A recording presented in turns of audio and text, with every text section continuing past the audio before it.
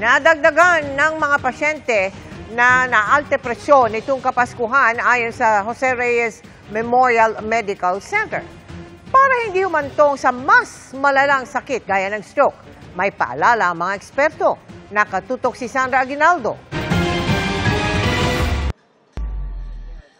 Kahit mamantika at matataba, sinong hindi matatakam sa mga ganyang klaseng handa lalo tuwing holiday season?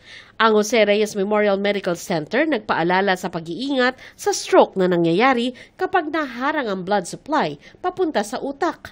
Para madaling tandaan, tinawag na Be Fast ang kampanyang inilunsad ng Health Department noong Agosto.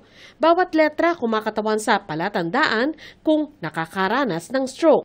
Balance o hirap sa pagbalanse, eyes o panlalabo ng mata, face o pangingiwi ng mukha, arms o panghihina ng braso, speech o nabubulol ang salita, at time o oras na para isugod sa ospital. Kung maobserbahan daw ang ilan dito, dalhin na agad ang pasyente sa ospital.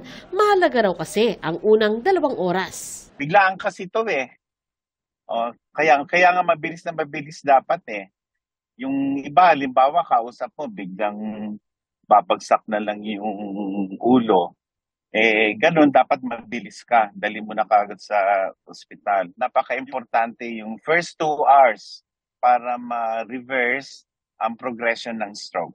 Sa datos ng Philippine Statistics Authority o PSA, mula January hanggang June ng taong ito, 31,205 ang namatay sa cerebrovascular disease gaya ng stroke. Katumbas yan ng 172 na patay kada araw. Kabilang sa mga sanhi ng stroke ay high blood pressure, mataas na kolesterol, paninigarilyo, labis na timbang at pagkakaroon ng diabetes. Inaalis din namin yung paniwala na pag kumain ka ng marami, bigla ka nang aatakihin. Talaga may diferensya ka na. So, kaya nga, ang habilin namin ay pa-check mo blood pressure mo, lalo na pag tumuntong ka na ng 40 anyos. Aminin natin na tuwing Kapaskuhan ay napaparami talaga at napapadalas yung kain po natin sa marami sa atin, hindi naman lahat.